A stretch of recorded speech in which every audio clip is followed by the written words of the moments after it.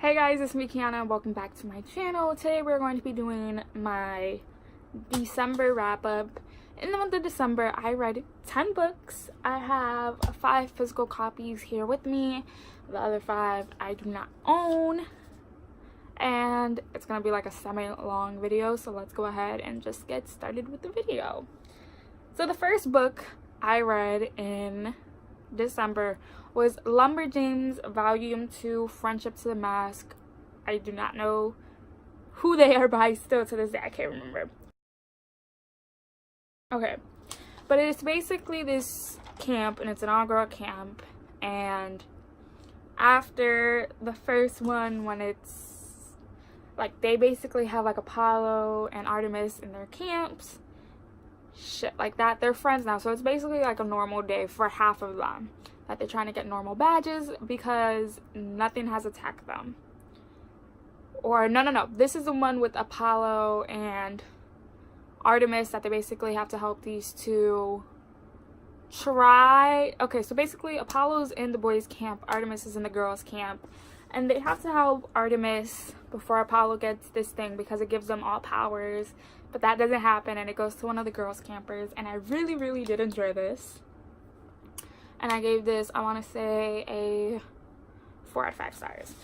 So the second book I read was The Retribution of Mara Dyer by Michelle Hopkins. This is book 3 in the Mara Dyer series. I finally finished it, and for those who don't know what the series is about, it's about a girl named Mara Dyer, and she lived in Providence, Rhode Island, and one day her boyfriend's sister, and their friend all go to this abandoned asylum, and after they like use the Ouija board, it comes crashing down on them, and the only person that survives was Mara, and she comes up with this power that whoever she wants to be dead actually dies. And you know, her family moves from Rhode Island to Florida, Miami, Florida, and she meets Noah Shaw. She finds out that Noah Shaw can actually heal himself, and they go on this adventure to try to figure out what's wrong with Myra and who can help them. I really enjoyed this. I gave this a 4 out of 5 stars. So the next book I read was on my Kindle, and that was Listen to Your Heart by Casey West. I love Casey West. Now this is about a girl who her family owns like this little like boat shop on the marina. It's like those skis that you take into the water. So basically her and this boy Frank their family has been like, you know, rivals for the longest because they want to own everything in that small little town. So I think her name is Katie, if I remember. If not, just be like, I enjoyed this. I love all of Casey West's like newer love stories. I hear she's coming out with one, and let's just say I cannot wait to own basically all of her books. But basically it's called Listen to Your Heart because she's taking this class, her podcast class, and she's assigned to be one of the hosts. And basically they do it about like call in with your problems, and a boy calls in, and she thinks that the boy likes her friend, when in reality the boy likes her, but he thinks she likes someone else. And it was this amazing book, and I gave that one 5 out of 5 stars. So the fourth book I read, read to was The Hidden Oracle, book 1 in the Trials of Apollo by Rick Riordan. Like, this is the third spin-off to the Percy Jackson series. You know, you read Percy Jackson, and then you read Heroes of Olympus, and you can read this and the Magnus Chase series, like, together. So this follows the god Apollo, and basically after the war with Gaia, Zeus has blamed Apollo and strikes him down from Olympus, and he is turned into Lester something, and he has to go to Camp Half-Blood. So on the way to Camp Half-Blood, he meets this girl named Meg, and Meg becomes his owner, his boss, whatever.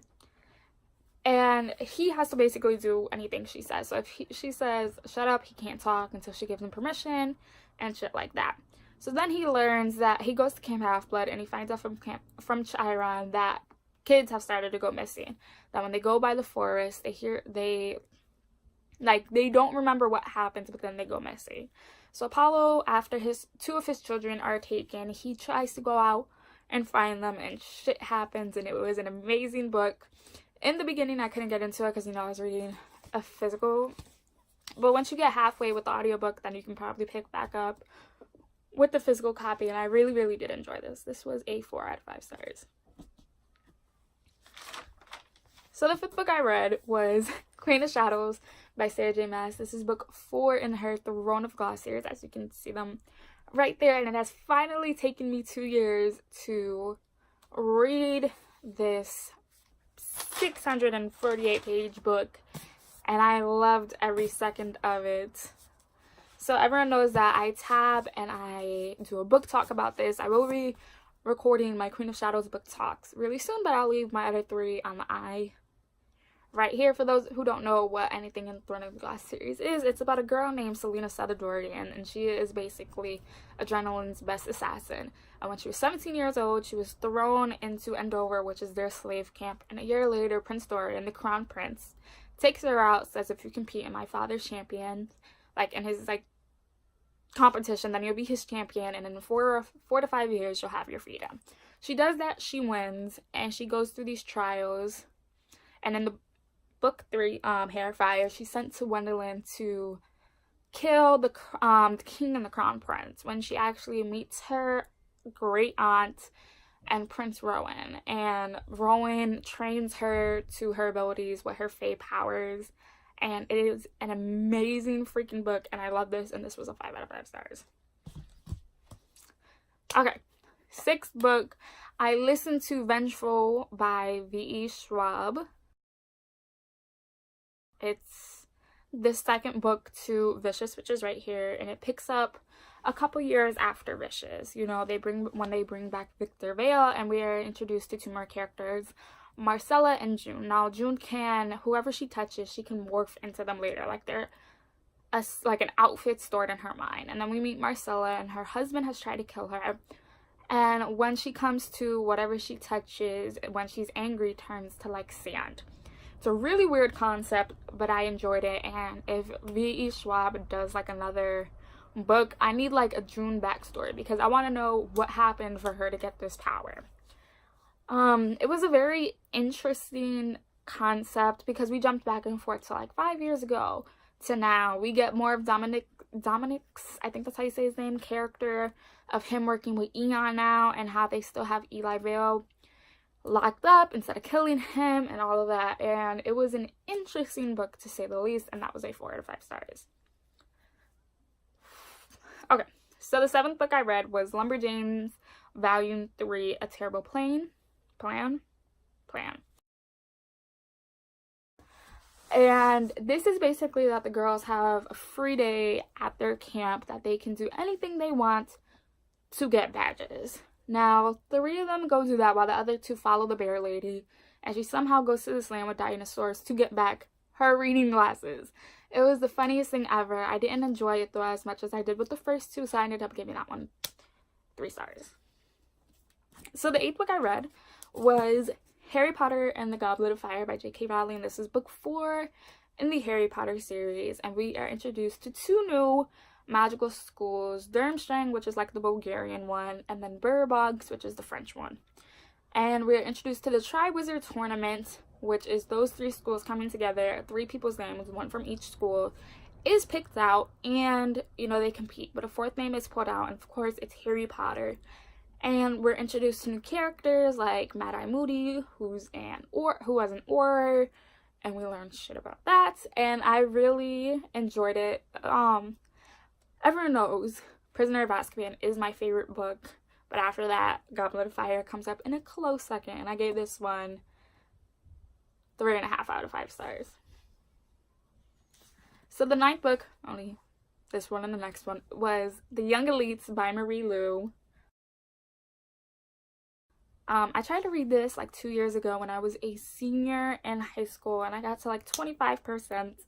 I didn't like it. DNF did. I decided, since I wanted to read all of Marie Lu's work, that I would try to reread this book and push through even if I didn't like it, and I loved it. Oh, I'm currently now reading The Rose Society, and let's just say, completely love the series, and I want to own all of them. Okay, so in The Young Elites we meet a girl named Adelina, and when she was younger, this blood fever swept through their entire nation, and a lot of kids and adults died, but those kids who were survived were marked. Like with Adelina, she had to have one of her eyes cut out, and it was, you know, like the lids were glued shut. Like the crown prince has blood red hair and he has fire power. Other people like have scars or rashes on their face, their hair's a different color and shit like that. They call them all Fedos. And some people believe like they're a curse from the gods, others believe that they're blessings from the gods, and it is a very interesting concept when you take your time to actually read it and understand it. And I loved it. That was a 5 out of 5 stars. So for my 10th and final read of the year, I read Wild Card by Marie Lu, which is book 2 in the Warcraft duology. Now, we don't know if there's going to be any more books, but we need more for the way this ended. So it picks up right after Warcross, where we meet Amika Chen, and she's hired by Haido Tanaka to search for this person who has somehow infiltrated his game and all of that. Let's just say, I can't say anything without spoiling what has happened, but I need a third book. This was a 5 out of 5 stars. December was an amazing reading month, and I'm very excited to see how January is going to play out. But that is all for today's video. I'll be leaving here 2 videos I just feel like you guys should check out, and I will see you guys Monday with my January TBR. Bye, guys.